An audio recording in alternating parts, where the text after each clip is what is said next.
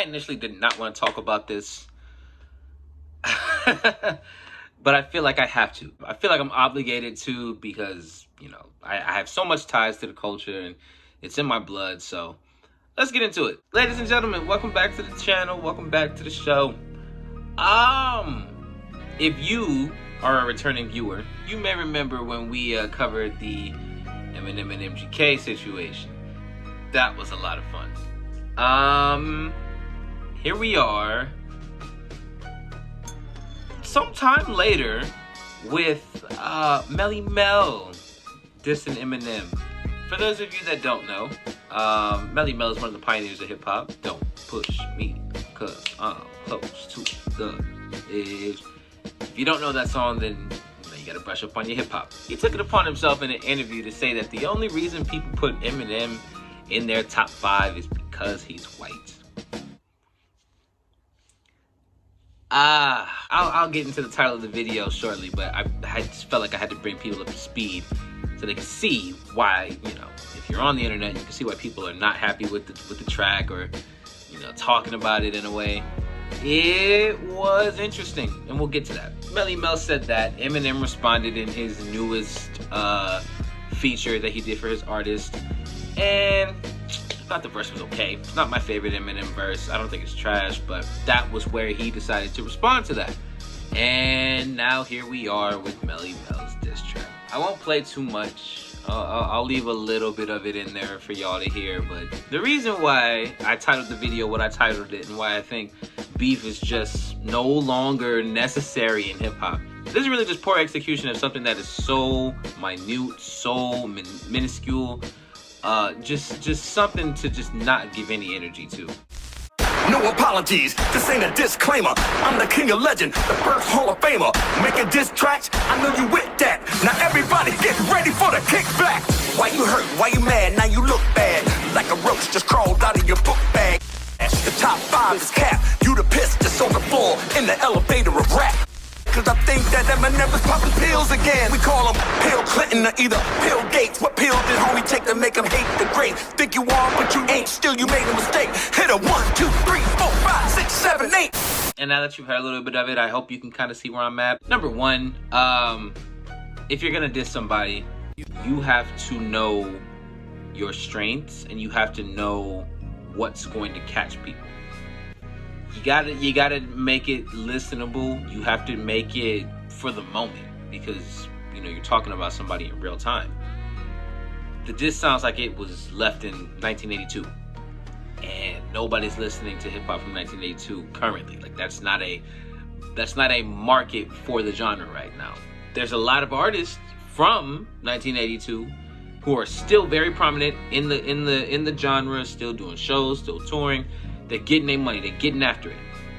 And we love that. We just had a celebration for hip-hop at the Grammys. We just had that. They were just on stage celebrating the genre. Celebrating how long hip-hop just... On day of recording, hip-hop turned 50 years old today. So, it's not like the contribution isn't there. It's not like the contribution isn't important. However, for the diss track aimed at somebody who is still able to draw 65 million monthly listeners and still put out records that are, you know, listened to by the masses and still very much relevant and important to the culture, to diss that person with a record that sounds like it could have been scrapped for something that was going to be on the album that the message was on, it's very much probably the most dated hip-hop track to exist. And I really hate to say that because this is a pioneer we're talking about. It's somebody who made sure that the genre would live on, made sure that the genre could reach the heights that it's reached. For the track to be as bad as it is, it's just sad. And you wonder why. You wonder what prompted that interview first and foremost to get the ball rolling on this thing, which is very reminiscent of why Eminem went at MGK because of the whole thing on Shade 45. Yeah, so the first point in all of this, the song itself was just terrible. You thought Wanna Know was bad from Meek dissing Drake? No. You thought Rap Devil was quote unquote corny? No. This is a whole different level here, just because it's probably the most out of touch diss record as well. The line where he says he's back on pills again. Eminem has been sober for over a decade, and that's the line that you choose to try to get at him. Like, I really feel like he's really trying to prod a response, but I pray that Eminem doesn't do that. Not even on a basis of, ooh, it's an Eminem response. This is very reminiscent to when Wayne and Pusha T were going at each other. And Pusha had dropped Exodus and Wayne dropped Ghoulish. We didn't hear anything back from it because if you heard Ghoulish, then you understand. But at this point, at this juncture, I don't feel like beef is necessary. At this point, it really feels like this could have been avoided, should have been avoided. This shouldn't be a video to make. This shouldn't be a topic that we're talking about. There's no reason for this to be happening. I'm happy I said that so I can segue into my next point. What do we need beef in hip hop anymore? I know some people live for the competition and they love that shit. I frankly don't care for it anymore. I'm happy that beef is not as physical as it was back in the day and not as lethal. You know, people aren't getting shot in the studio anymore. People aren't, sending hits out and all of that. You know, it happens every now and then, but it's not the prominent way of beef now. Like back in the 90s, if you had beef with somebody, something was going to happen. Nowadays, it's either Instagram live beef or traditionally over records. The last great beef that I think we had was probably Drake and Pusha T. I wouldn't count M and MGK because that was very much one-sided, and we had outside interference from G-Eazy and a whole bunch of other people. And that quickly just came and went.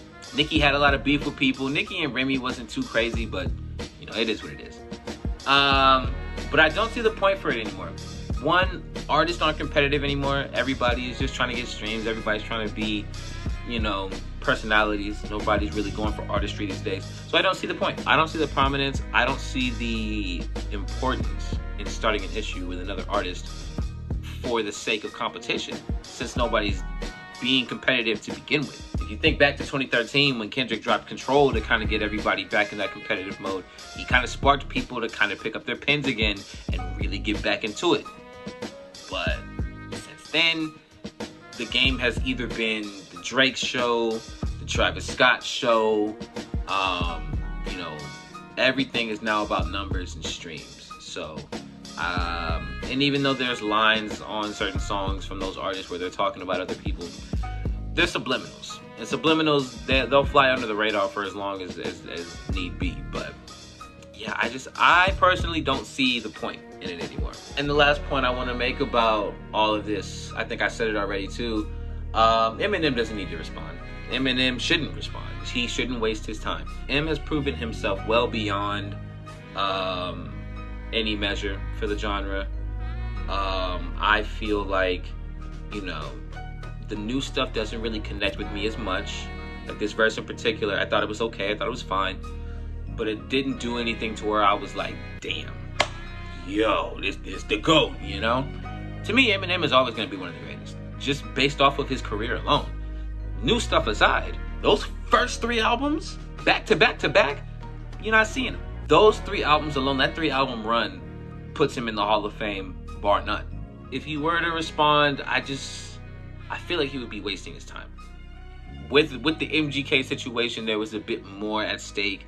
There was a bit more to respond to, and it was it was much more important. I was gonna say a little bit more important, but it was much more important. MGK was pretty relevant for a while, and that definitely helped that. And the Ben GP came out, and then all of the pop punk stuff came out, so he was able to kind of get a lot of attention off of that.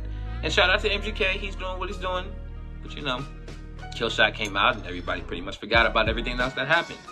So there was a more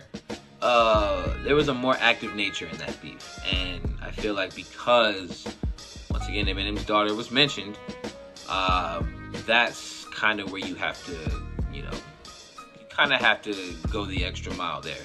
They went the extra mile with the mention. But in regards to this particular diss track, I would prefer if he didn't. I feel like I said, the last great great time in hip-hop beef probably was Drake and Pusha, because both tracks went head-to-head. The beef was very much palpable. You could feel the disdain, you could feel the hatred. Very much reminiscent of Nas and Jay-Z when they were going at each other. Like I said, I don't want it to be another Ja Rule and 50 or another Tupac and Biggie situation, but beef was just more important at that time because it was a more competitive time in the genre, I feel. Where we're at right now, everybody is either raging or they're super complacent and lazy. So I feel like the extra energy for a diss track in this day and age is not needed. I just feel like if you're gonna do it the right way, do it with full conviction. Actually try.